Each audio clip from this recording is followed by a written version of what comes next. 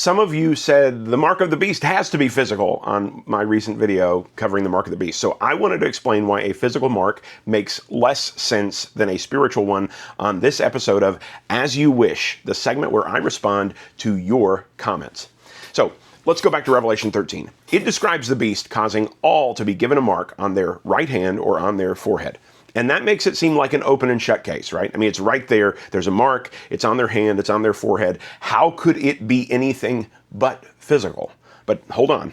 Remember, Revelation is an apocalyptic book, which means it is highly symbolic, and nearly every word in it draws on what came before it in the Old Testament. So if we go back to Deuteronomy 6, we'll find Moses giving Israel the Shema, the foundational confession of Israel, where he says, "Hear, O Israel, the Lord is our God, the Lord is one. You shall love the Lord your God with all your heart and with all your soul and with all your might." And then he starts to talk about the individual commands, and he says, "Tie them as symbols on your hands and bind them on your forehead." The heart of this command is not physical slips of paper that are tied to the hand and the head. Moses is saying God's word, his law, should be so ingrained in you that it shapes everything you do, that your whole life should be characterized by the will and character of the God who saved you.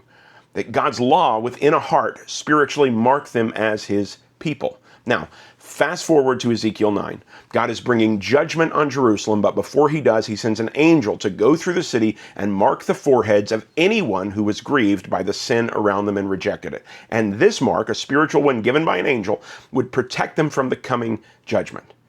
By the time John writes Revelation, his readers instantly recognize all of this. Revelation 7 is a parallel to Ezekiel 9. Angels are sent to mark the 144,000 on their foreheads with a spiritual seal.